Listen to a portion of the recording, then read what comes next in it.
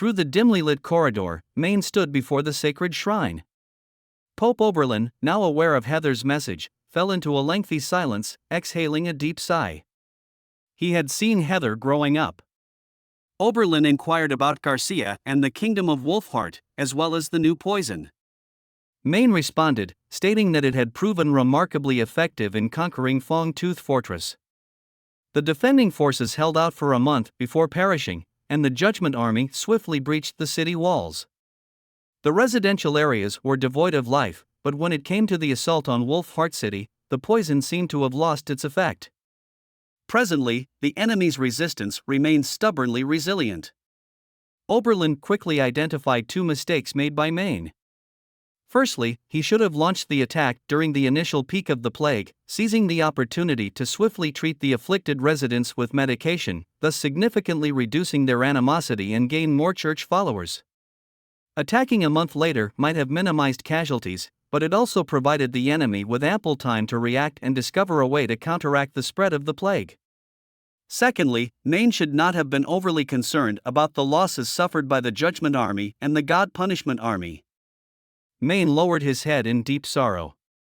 Oberlin gently tapped his shoulder with his scepter and then offered him some words of comfort. He informed Maine that Garcia and the king of the Wolfheart Kingdom had gathered in one place, presenting an opportunity for the church. It was a chance to capture them all at once. Oberlin stood up and motioned for Maine to follow him.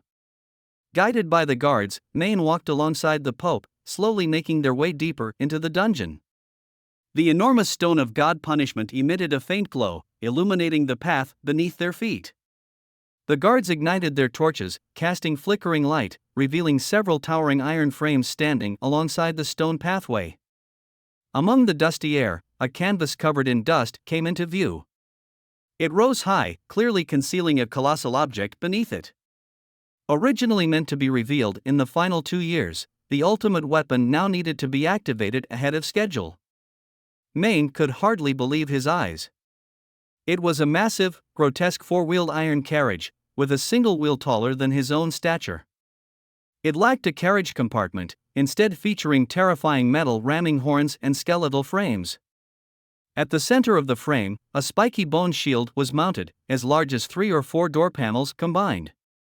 2 straight iron rods, one on each side, protruded from the shield's openings, pointing forward like poised arrows. This weapon could only be activated through the use of magic and required the presence of 3 or 4 witches to operate it properly. The following words from Oberlin nearly caused Maine to stumble and fall to the ground. It originated from the church's enemy, the demons from hell. Oberlin cautioned that this weapon must never be seen by the common folk. To assist him, Oberlin would dispatch 2 pure ones. Oberlin assured Maine that no one could escape from their hands. Pure ones under the Pope's command. Maine's heart trembled. The witches nurtured and raised by the church were known as pure ones, but the witches under the Pope's authority were the selected elite, the strongest among them. Meanwhile, in Border Town, Roland held the first high-level meeting of the Border Town in the castle's reception hall. Everyone was actively reporting on their work. Compared to the initial days when the scene was supported by only Barav and his 10 apprentices, the municipal hall had now expanded into a massive group of nearly 100 people. Among them were impoverished nobles, captured knights and their retinues, as well as native residents who had completed their elementary education.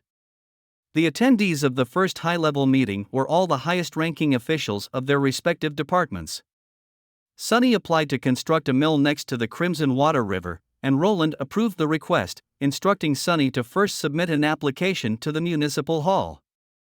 Once the funding was granted, they could work with the Department of Construction to develop a detailed plan. Additionally, Sonny also brought a promotion list of serfs, which included a staggering 516 individuals. Next came the Education Department, where Scroll reported that a total of 85 individuals had completed their elementary education. Following that was the Chemical Engineering Department. Kyle's first statement was that he hoped His Highness could find a true representative as soon as possible. He expressed his dislike for being in a leadership position and attending meetings. Roland rolled his eyes secretly. Since becoming a lord, he had learned to selectively ignore certain remarks. Kyle then began his report, mentioning that the laboratory was short-staffed. Fortunately, 5 individuals had recently joined, all of them young but clever, and they had completed their elementary education. The chief alchemist Kyle, in particular, seemed to have a disrespectful attitude and choice of words.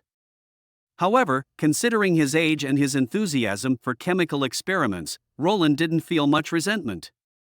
After all, when Kyle experienced the explosion accident and was completely healed by Manhwa, his first reaction was to conduct experiments without any constraints. He even planned to taste the flavors of different acidic solutions.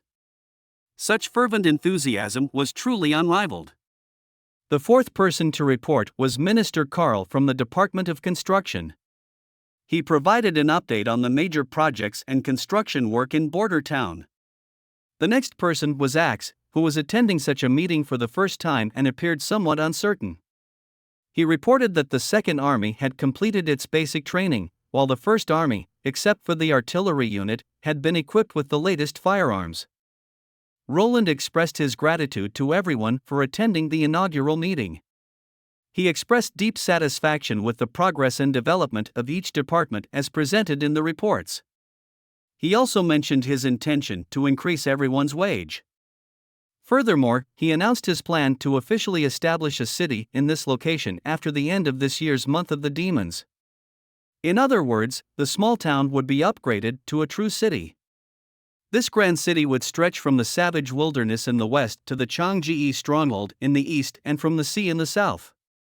Its natural defenses would be formed by the surrounding mountains and treacherous terrain.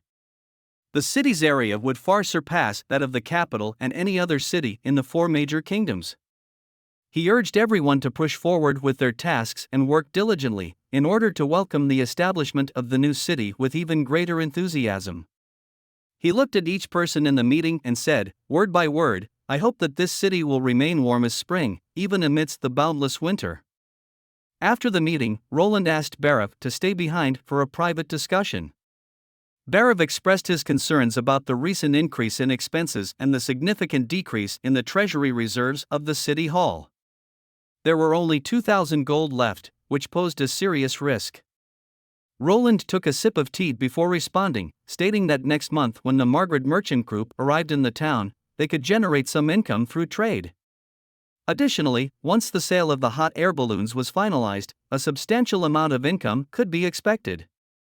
Regarding the Department of Chemical Engineering, Barav expressed his dissatisfaction with Kyle's attitude toward Roland. However, Roland reassured him that it didn't bother him. He didn't need scientists to put on a show in front of him, he only expected them to shine and demonstrate their passion in their respective fields. After finishing his experiments for the day, Kyle returned home and took out a book, flipping directly to the last page. It was a neatly divided grid with around 100 squares. Each square in the top left corner had a small number, ranging from 1 to 118. Most of the squares were blank, except for a few in the middle that had symbols filled in. For example, square number 26 had the symbol for iron, and square number 29 had the symbol for copper. Kyle scratched his head, and wondered how could the prince forget such important information. The Highness reassured him that these symbols followed a specific pattern and believed that Kyle could fill in the remaining squares on his own. Prince Roland mentioned that this principle can be found in intermediate chemistry. In order to uncover the truth of the world, Kyle must obtain this sacred text as soon as possible. He suddenly realized that he could bring in the apprentices from the workshop from another city, thus filling all 3 laboratories and having more people assist him in researching methods for large-scale acid production. The following day, as they ventured deeper into the mine, the cave became increasingly damp. Sylvie carefully avoided the water droplets dripping from above as she carried a torch and proceeded through the cave. Even without light, true sight was not hindered by darkness, they only used torches to conserve magical energy. Nightingale, who was leading the way, suddenly stopped at a fork in the path. Lightning took out her notebook and checked their directions. Sylvie used her ability to quickly determine which path led to the mining area and which was a dead end. Once the task was completed, Nightingale circled back to the front of the group, leading them back the way they came. Sylvie noticed that Nightingale's ability seemed to be more than just invisibility. She could faintly sense the magic fluctuations caused by Nightingale's transformations but couldn't capture her form or movements. According to Lightning's description, Nightingale was the most powerful combat-oriented witch in the Witch Union. Perhaps that's why Prince Roland insisted on Nightingale joining the expedition. There are rumors that this mine used to be the lair of an ancient monster. Sylvie wasn't convinced. No creature could escape the detection of her magic eye. The exploration team consisted of 4 members: Sylvie, Nightingale, Lightning, and a young girl named Lucia. Whenever Sylvie discovered an ore, Lucia would transform it into various fragments and carefully store them in her pockets to be identified by the prince.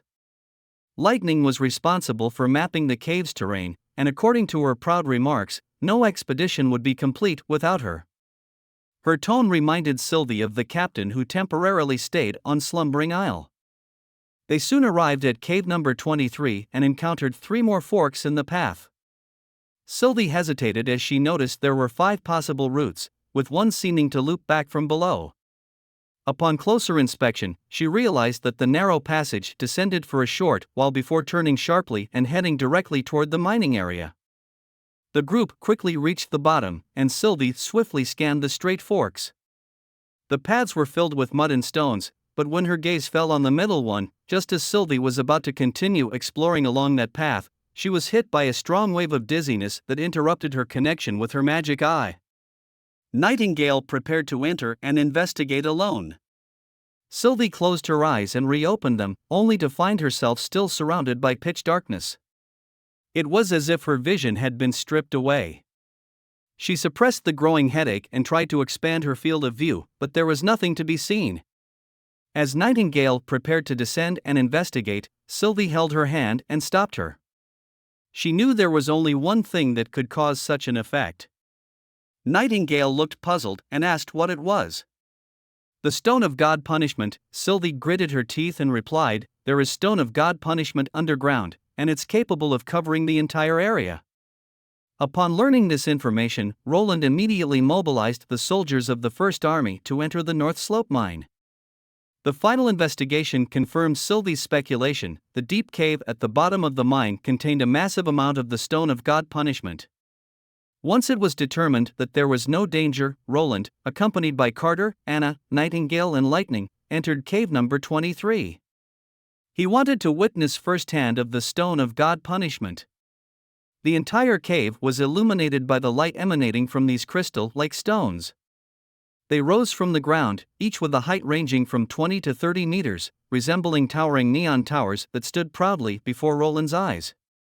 The staircase was not carved out by the soldiers, as Carter explained. He speculated that the staircase had existed for decades, while Anna said it's likely to be here for more than hundreds of years. Roland, accompanied by the knights and witches, walked straight to the edge of the Stone of God Punishment.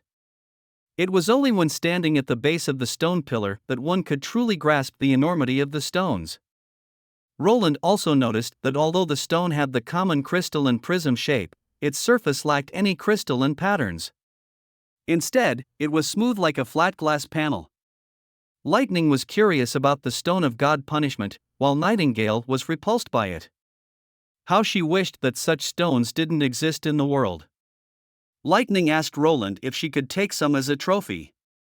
Roland nodded, and Lightning swung the stone in her hand, forcefully striking one corner of the prism.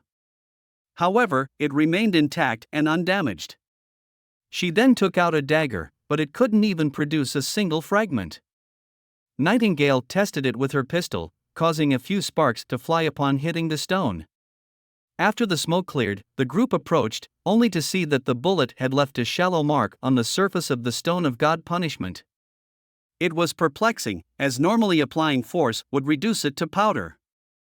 Anna, who had remained silent, suddenly spoke up, "Your Highness, do you remember the treasure map drawn by Ferlin?" Roland pondered for a moment. Anna explained it did not point to the North Slope mine, but rather to this place, this underground cave harboring a vast amount of the Stone of God Punishment. After returning to his office, Roland called for scroll and reproduced Ferlin's drawing on the Book of Enchantments.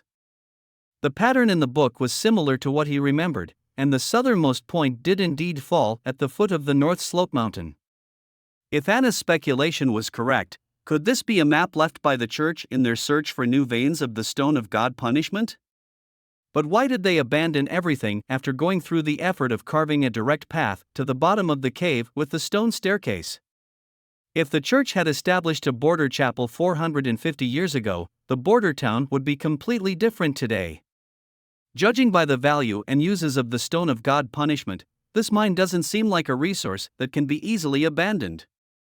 Now that the Takira Holy City was an inaccessible forbidden zone, perhaps these answers could only be found by going to the stone tower, or maybe they would never be known. As night fell, Professor Scroll would hold lectures in the hall, unlike the noble academies in the big cities. The students who came to listen were all witches of the Witch Union. When it came to the recent tasks assigned by Prince Roland, Evelyn's eyes dimmed. The prince had yet to give her any real tasks, he would only occasionally ask her to taste his newly concocted baijiu. Evelyn rested her chin on the table, feeling disheartened. And, His Highness's baijiu is becoming more and more undrinkable.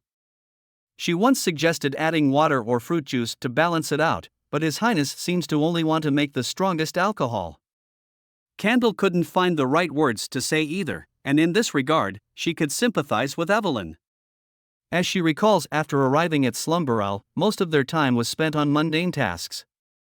With the increasing abundance of fish oil resources, solidified candles became less essential, and drinking alcohol was strictly forbidden by Lady Tilly's orders.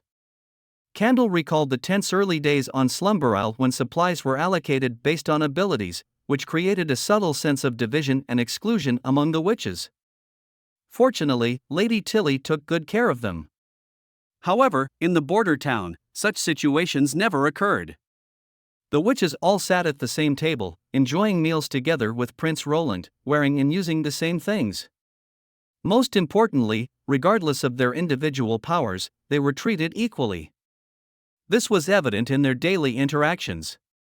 Although Candle had only been in the border town for a short 2 weeks, she had already deeply felt this sense of unity. As the witches settled down one by one, Scroll arrived. Today, there would be no lessons. Instead, a comprehensive test would be conducted to assess their knowledge. It had been 3 months since the witches began their studies, and His Highness deemed it necessary to evaluate their progress. All the questions were written on these sheets of paper, a total of 60. Total of 120 points. She paused for a moment, then added, "By the way, His Highness mentioned that only those who answer more than half of the questions correctly will be able to enjoy the ice cream dessert on Saturday afternoon. Those who score below this threshold will have their afternoon tea privileges revoked." Candle heard a soft click behind her. She turned around to find Nightingale with a bewildered expression, holding a broken charcoal pencil that had fallen to the ground, split into 2 pieces. His Highness made a special announcement that the newly arrived witches from Slumbering Isle had the option to either participate in the test or take a day off. Regardless of their scores, they would be able to enjoy afternoon tea. Candle and Evelyn decided to stay and participate. Honey and Lien, on the other hand, happily stood up, bowed to Scroll, and left the hall. Sylvie, feeling unwell, also bowed and left after them. The compiled summary sheet was handed to Roland by the Scroll. Lately, he had been puzzled by the new discoveries in the Northern Slope mining area, making it difficult for him to concentrate on his daily work. He decided to shift his focus to something more relaxing for the time being. "Oh, Nightingale actually passed the test?" Roland exclaimed in surprise. Scroll smiled and replied, "Nightingale's score is among the top, and she even got a perfect score in the language section." Roland clicked his tongue and said, "I thought this test would make her cut down on sweets." Before he could finish his sentence, he felt a sharp pinch on his shoulder. This time, all the members of the Witch Union scored above 60, which made him very pleased. Roland noticed that 2 witches from Slumbering Isle also participated in the test. Evelyn scored 5 points, while Candle scored 36. Candle must have had some foundation, and most of her points came from the language section. The individual qualities of the witches are truly astonishing, living up to the continuous enhancement brought by magic, both internally and externally. Witches from the border town are equally remarkable. Within just 3 months, individuals like Lily, Hummingbird, and Rem have gone from being illiterate to mastering the basics of reading and writing. This alone surpasses the abilities of most ordinary people. If everyone could completely set aside their biases and work together with the witches, pushing for social and cultural development, what kind of future would await them? Roland's heart was filled with curiosity.